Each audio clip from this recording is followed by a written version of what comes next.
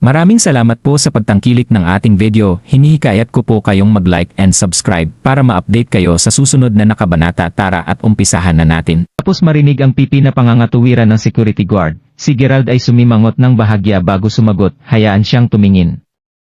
Kasunod ng utos ni Gerald, ipinakita ni Wagner ang kanilang mga card ng paanyaya sa security guard na, sa sandaling natanggap niya ang mga ito, agad na sinimulang suriin ng mabuti ang mga card.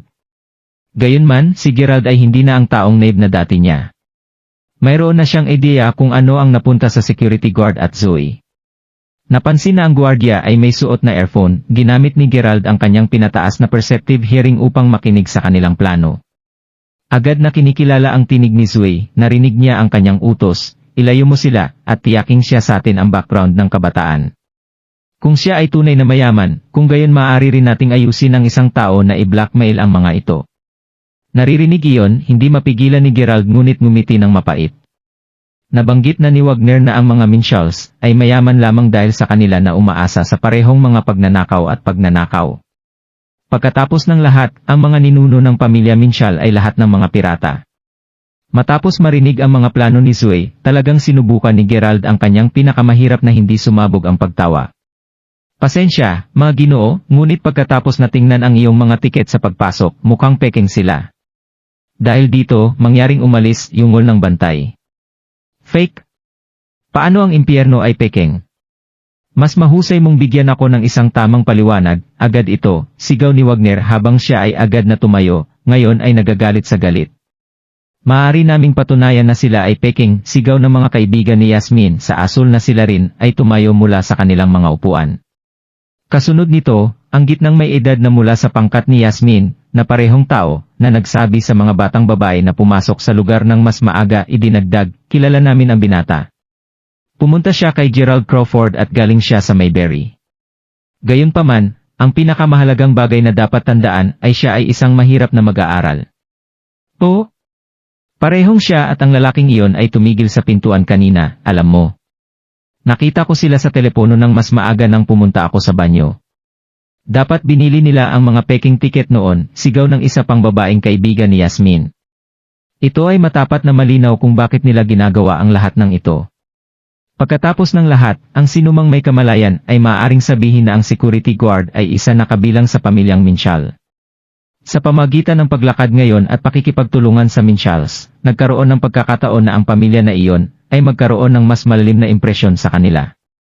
Sa anumang kapalaran, ang Minshals ay maaaring, sa turn, potensyal na tulungan din sila sa hinaharap.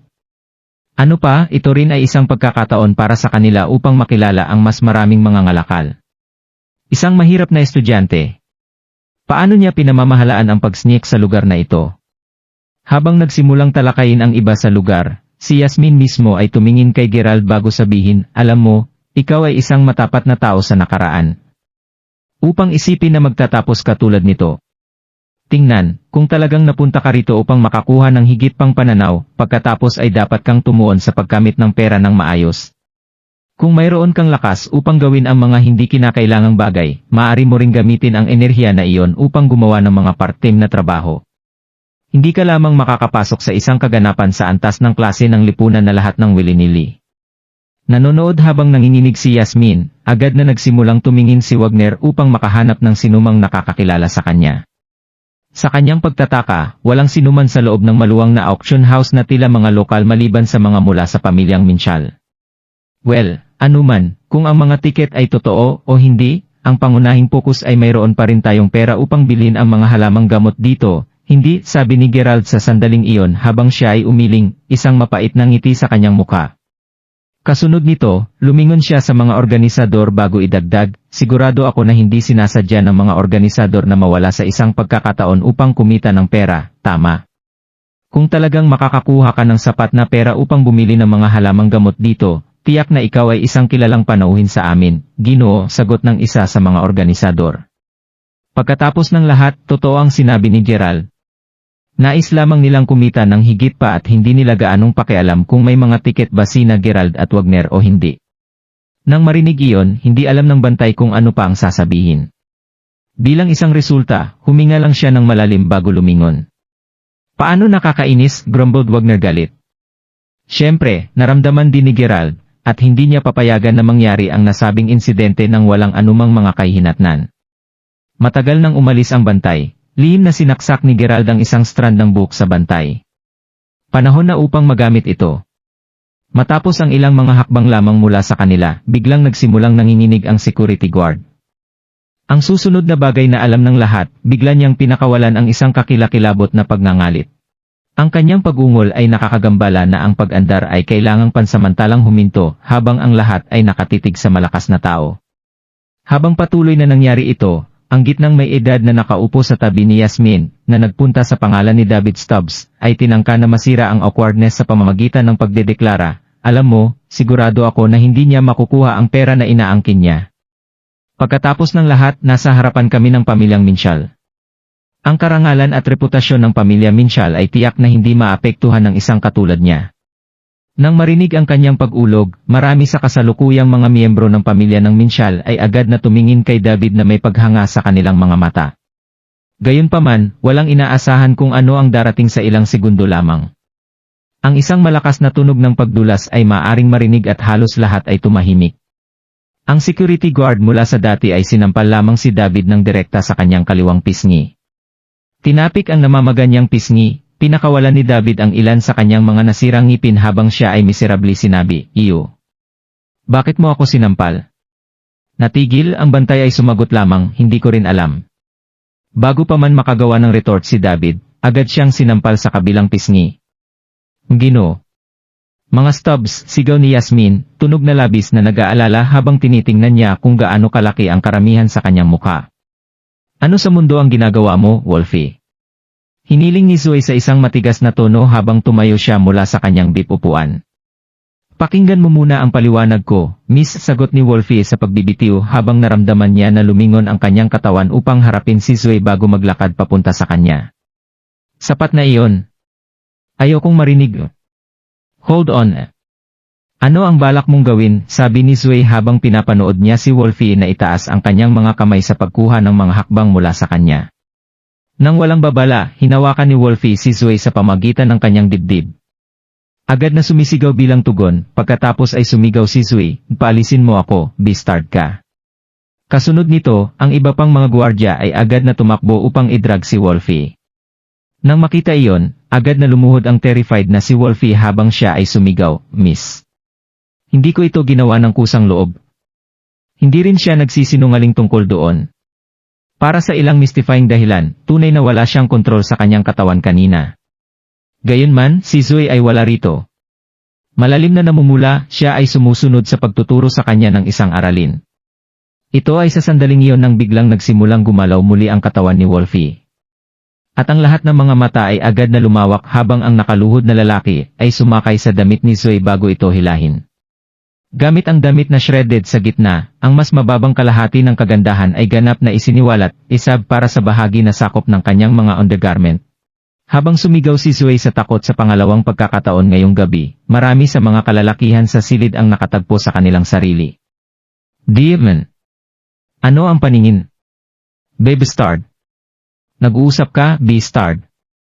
Talunin siya hanggang kamatayan kung ito ang huling bagay na gagawin mo," iniutos ni Zoe habang maraming mga bodyguard ang nagdrag sa kanya sa labas ng lugar upang gawin lamang iyon habang ang ilang iba ay agad na nagbigay sa kanya ng isang hanay ng mga damit na natagpuan nila na nakahiga sa paligid.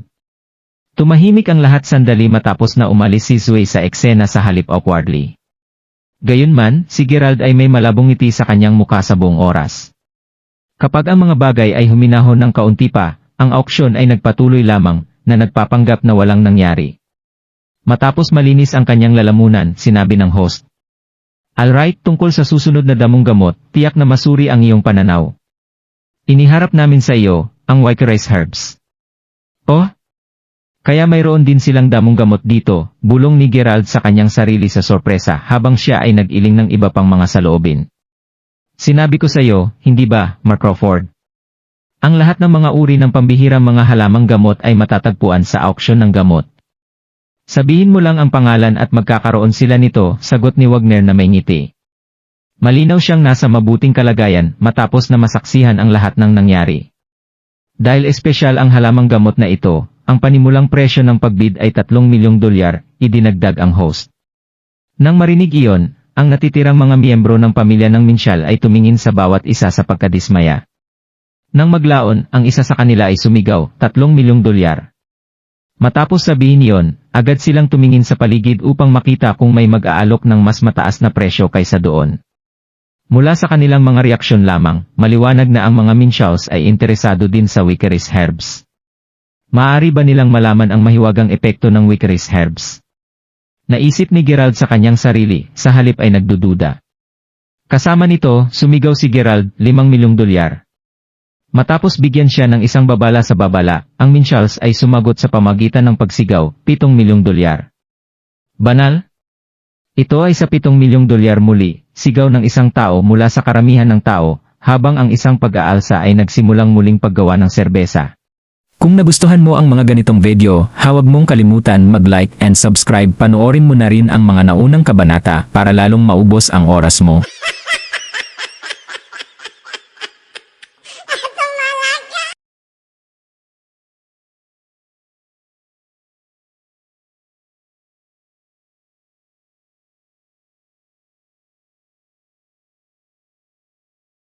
Diba?